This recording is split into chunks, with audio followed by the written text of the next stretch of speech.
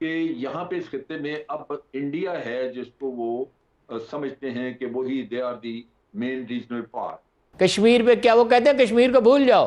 ہم سے انہوں نے اگریمنٹ کیا کہ وہ کشمیر میں مداخلت نہیں کریں گے اور پاکستان کو روکیں گے نہیں. ہم سے انہوں نے وعدہ کیا اس کے حل کی کوشش کریں گے, انڈیا پہ دباؤ رکھیں گے, اور مکر گئے. اور ویورز آخر کار پاکستان جو اتنی اسرائیل پہ تنقید کر رہا تھا, انسانی حقوق کی خلاف ورزیاں, اور اسرائیل جو ہے وہ ظالم ہے اور ملٹری کا ڈسپرپورشنیٹ یوز کر رہا ہے فلسطینیوں کے اوپر, تو آج پھر اسرائیل نے اس کا ایک جواب دے ہی دیا. 30 سالوں میں لاسٹ 30 ایئرز ویٹنام 390% گروتھ کی ہے 30 ایئرز میں.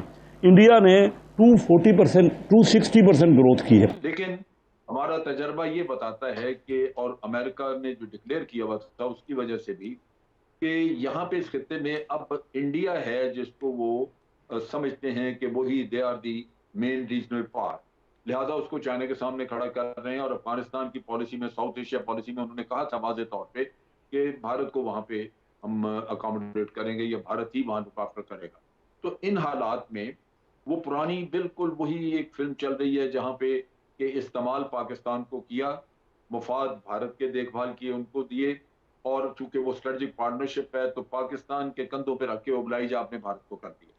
یہ چیز واضح ہے کہ انڈو پیسفک کے نقطہ نگاہ سے چائنا کے اگینسٹ جو کچھ انہوں نے اپنے آپ کو لائن اپ کیا ہے انڈیا کو ملا کے, اس سے تو اس خطے میں چائنا ہی ان کا ایک مین ٹارگٹ رہتا ہے. تو ہم جو بھی بیسز یا کوئی ایسی چیز اگر کو دینے کا سوچیں بھی, تو کیا چائنیز اس چیز کو کبھی قبول کریں گے؟ صحیح. تو ہمارے انٹرنیشنلی ریلیشن شپ جو ہے وہ کئی جگہوں پہ افیکٹ ہو جائے گی.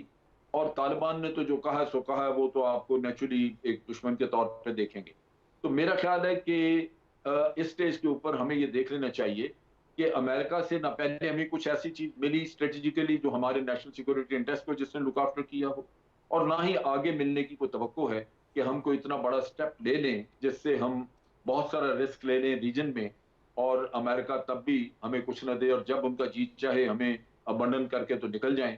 تو میرا خیال ہے کہ اس وقت ایک فرم پالیسی رہنی چاہیے, جس طرح کے بڑا اوپنلی ڈائریکٹلی اور فورسفلی شاہ محمود قریشی نے پارلیمنٹ میں بات کی ہے. ٹھیک ہو گیا. وہی آپ سمجھتے ہیں کہ یہی پالیسی رہنی چاہیے؟ کشمیر پہ کیا وہ کہتے ہیں کشمیر کو بھول جاؤ.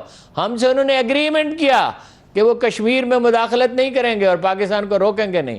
ہم سے انہوں نے وعدہ کیا اس کے حل کی کوشش کریں گے, انڈیا پہ دباؤ رکھیں گے, اور مکر گئے, صاحب مکر گئے. صحیح. اور ہماری معیشت کو $100-150 بلین کا نقصان پہنچا جو ہمارے کل قرضے ہیں.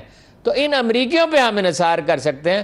اگر کوئی یہ کرے گا تو اتنی بڑی غلطی کرے گا کہ پچھتائے گا, اس کا نام و نشان نہیں رہے گا. صحیح. اور ویورز آخر کار پاکستان جو اتنی اسرائیل پہ تنقید کر رہا تھا, انسانی حقوق کی خلاف ورزیاں, اور اسرائیل جو ہے وہ ظالم ہے اور ملٹری کا ڈسپرپورشنیٹ یوز کر رہا ہے فلسطینیوں کے اوپر, تو آج پھر اسرائیل نے اس کا ایک جواب دے ہی دیا. اس میں اسرائیلی جو فارن آفس ہے اس کے جنرل مینیجر ہیں ایلن یوشپرز نے جو ہے وہ پاکستان پہ تنقید کی ہے کہ, اور یہ کہا ہے کہ پاکستان جو ہے وہ پاکستان کے اندر انسانی حقوق کی خلاف ورزیاں بہت زیادہ ہوتی ہیں, اور انہوں نے کہا کہ پاکستان جو ہے وہ بڑا چیمپئن بن رہا ہے انسانی حقوق کا, اور شاید شیشے کے گھر میں بیٹھ کے تو دوسروں کے بارے میں بات کر رہا ہے. اور شیشے کے گھر سے مراد یہ ہے کہ آپ کو پتہ نہیں ہے کہ باہر کی ہم جس صورتحال میں رہ رہے ہیں یا ہمیں کیا چیلنجز درپیش ہیں. یہ چیز اسرائیل کے جو جی ایم ہیں ان کے فارن آفس کے, انہوں نے یہ بات کی ہے, اور ساتھ میں یہ بھی کہا کہ اسرائیل جو ہے وہ اکیلی ڈیموکریسی ہے مڈل ایسٹ کے اندر, اور پاکستان کو انہوں نے کہا کہ آپ منافقت کر رہے ہیں, hypocrisy is at its best.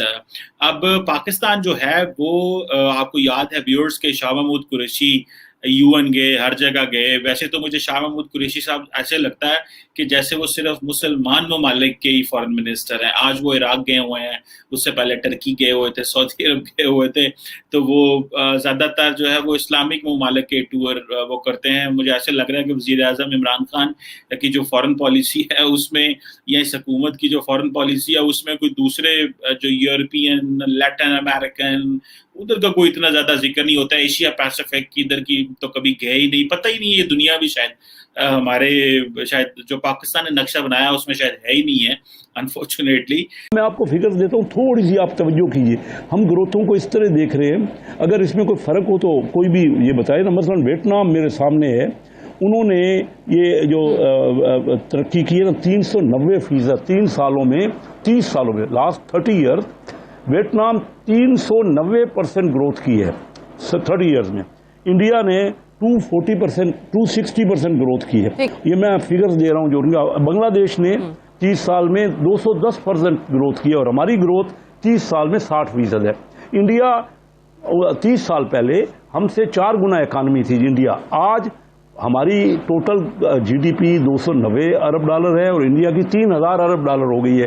یعنی انڈیا 10.5 گنا ہو گیا ہے, 4 گنا سے ہم سے 10.5 گنا ہو گیا انڈیا کی. کیونکہ اخیل کریم صاحب تو لیڈنگ ہمارے سٹاک ایکسچینج کو دیکھتے ہیں.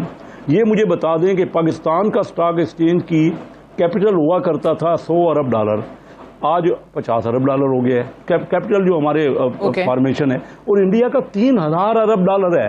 3000 انڈیا کا 60 گنا, 60 ٹائمز پاکستان. آبادی 6 گنا ہے لیکن ان کا سٹاک ایکسچینج 60 گنا ہے. ہاں میں تو ایک فکرہ یہ کہہ رہا تھا, سب چیزوں کا انڈیکس جو ہے نا آج دنیا نے UNDP نے ایک نکالا ہے. ہم بجائے کہ آپس میں اختلاف کرتے رہے, UNDP نے ہیومن ڈیولپمنٹ انڈیکس نکالا ہے. اور وہ میرے بڑے دیرینہ دوست ہے ڈاکٹر محبوب الحق, پاکستان کے فائنانس منسٹر سے, انہی کے نام سے میئر کیا جاتا ہے دنیا میں گروتھ کس ملک نے آگے بڑھے ہیں. ہم کو یہ 157 میں سے 106 یا 107 نمبر پہ رہ گئے ہیں.